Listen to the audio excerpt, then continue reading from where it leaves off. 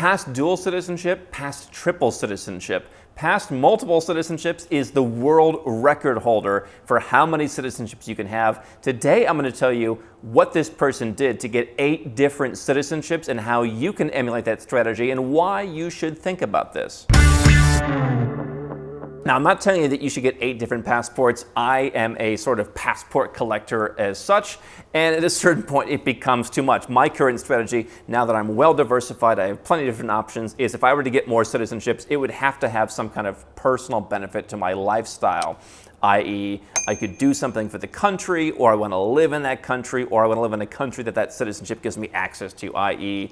A European country, I can live in other European countries, something like that. So getting 8 passports seems a little weird, but I'm going to walk you through the world record holder, as far as I know, and tell you how you can do the same and what you can learn from this. If it's your first time here, I'm Andrew Henderson, founder of Nomad Capitalist. We help 7- and 8-figure entrepreneurs and investors legally reduce your taxes, protect your assets, build your freedom, and increase your opportunities internationally.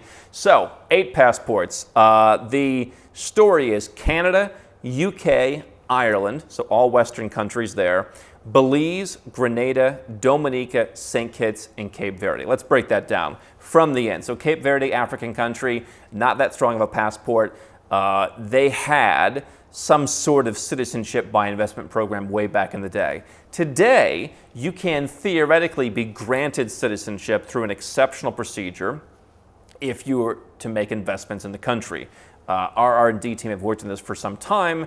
It's not really a great passport to where people really don't want to go and go through the investment process, but it theoretically is possible to still get that one, but that one is more off limits. Belize did have a citizenship by investment program back in the 90s. It cost $40,000, and it's proof. Peru also had a short-lived program that was covered in the New York Times in the 90s. There were a number of programs that after 9/11 got some scrutiny. The U.S. had some push there. They got closed down. And so if you have an opportunity to get a certain citizenship that you're interested in, it's not a bad idea. So Belize offers access to the Caribbean community. It offers visa-free travel to countries like the UK. The passport still isn't as strong as you would find with the other Caribbean citizenship by investment countries that exist today. But if you want an English-speaking country that's on the mainland, I know some people complain about, I don't want to be a citizen of an island country. Well, Belize is right there next to Mexico. That opportunity was there. I'm sure many people said, $40,000, ha ha ha. Now that opportunity's gone. So those are 2 that are likely gone. You can live in Belize and try and be naturalized, but those are going to be tough. Grenada, Dominica, St. Kitts, and Nevis are passport programs. I believe this gentleman got Grenada the first time they had citizenship by investment. Then they shut it down. Then they brought it back in the 2010s. But those are 3 countries you can get citizenship by investment in. And then I believe the story was that he had a parent from one of the countries, the Western countries. He was born in another one, and he was naturalized in a third one. So obviously Canada, the UK, Ireland, you can move to those countries. You can be naturalized. You're going to pay taxes to do that. In many cases, UK and Ireland might give you tax incentives for a good number of years while you're getting citizenship, but after you get citizenship, it's probably harder. If you happen to have a parent from the UK, if you happen to have a grandparent from Ireland, you can get citizenship there. Parent from Canada could also work. Being born physically in Canada works, same way as being born in the US grants you citizenship there. So where you give birth to your children matters, and we have more and more people asking us. Just had dinner with some folks the other night. Hey, my wife's pregnant. Where should we give birth? Right? We like to get our child a citizenship and maybe ourselves in the process. So going through your family tree is the first way to look for these passports, because I believe, as I said, Ireland, I think, was the one where he got through the family tree. Look at your parents as well. We've had parents who were born in Canada, and then the kids were born in the US.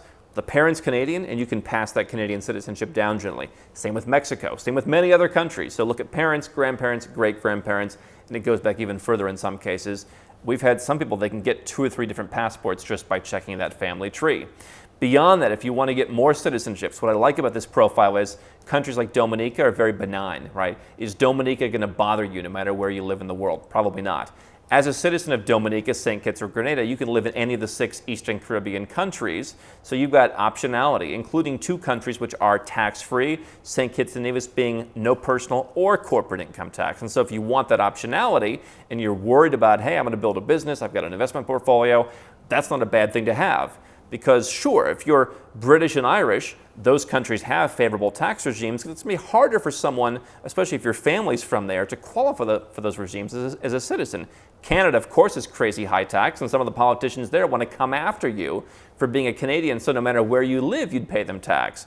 And so if you have Canada as one of 8 passports, the minute Canada acts up, you're just like, all right, goodbye Canada, especially because you already have the other Western passports. So much as in my case, I have a weird passport in the Comoros, which is probably just kind of a fun extra, kind of like Cape Verde in his case. Do you need 3 different Caribbean citizenships? Probably not. I think it's just a case of, we've had this occasionally, hey, let me just collect them. We had one guy who wanted to collect all 5 in the Caribbean. And so if you want to do that, we saw during COVID that was beneficial.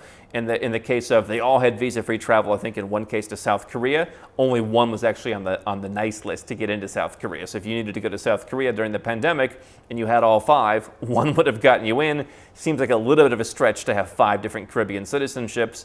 But hey, listen, maybe you'd find an opportunity to be of service, run for political office, do something for the country if you're a citizen.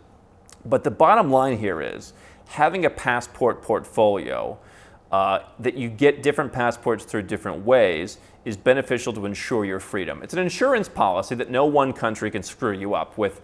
Let's say in the West, they're talking about new wealth taxes. They're never done taxing you with new wealth taxes. Spain just added a second wealth tax. Other European countries are talking about it. The US wants to do it, and Elizabeth Warren says, well, our system's better because we can tax our citizens no matter where they are in the world. We've heard rumors and murmurs of this from a few other Western countries. They'd like to do the same. And so, if you're from a Western country, great, keep that passport. If you're from the US, you've got to evaluate whether it's worth keeping that, since they will tax you no matter where you live. But if you can get citizenship by descent, fantastic. I'm all for that emotional connection. I think that's great. If you want to go and live in another country, great. If you want to get a golden visa in a country like Portugal and spend a nominal amount of time there, great. Get a paper residence in Eastern Europe or Central America, wait 3 to 5 years, maybe you learn a language, maybe you don't, get citizenship that way. Go through the investment process in the Caribbean, give them $100,000, $130,000. Maybe you go to a country like a Cape Verde, there are others, all the way up to Austria.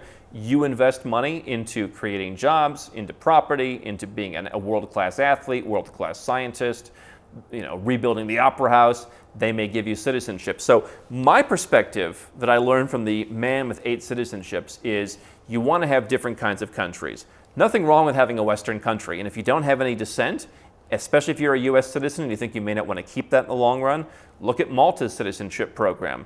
Now with the dollar and the euro at par or better, you can spend $750,000 or less and you can get that citizenship in about 15 to 18 months. That's going to open up a whole lot of doors. You can live in about 30 different countries in Europe. You have one of the most powerful passports in the world to go anywhere that you want.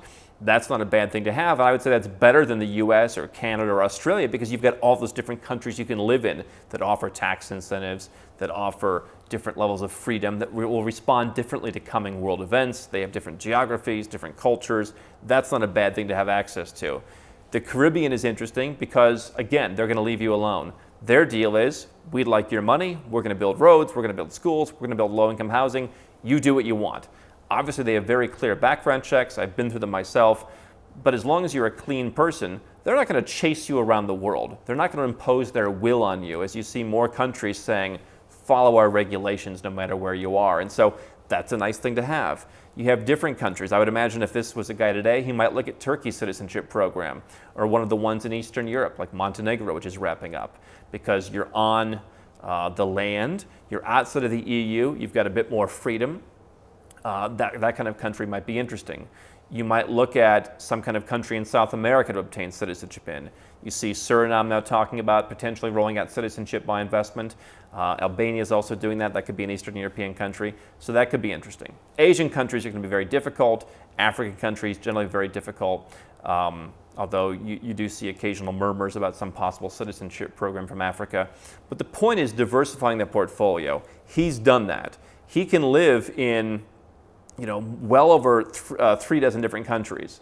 You think when something bad happens that you can't find one of those 3 countries, whether it's finance, freedom, or lifestyle, you will be able to have that when you have access to 3 dozen countries. If one of these countries decides to go rogue, he could just be done with them. Or you can make the decision, hey, it's worth paying the price to be Canadian.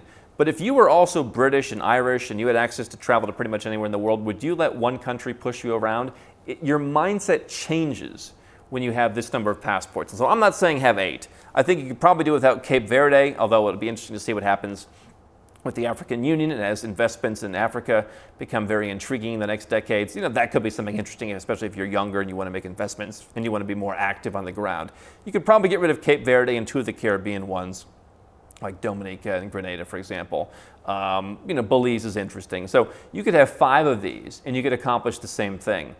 But what I've been saying is dual citizenship's not enough anymore. You want to have 3, and possibly you might even want to have 4, but they want to be different. And so if you're American and your mom was born in Canada and your grandfather was Italian, I wouldn't turn down those passports, but you're going to be a triple citizen who's largely focused on the very western part of the world with bankrupt countries that are trying to find more ways to extract money from their citizens. I would still want to add something on top of that so that you're in control. And so that's what we can learn with a man with 8 citizenships. You don't have to go overboard, but you want to figure it out. This is what we help people do all the time.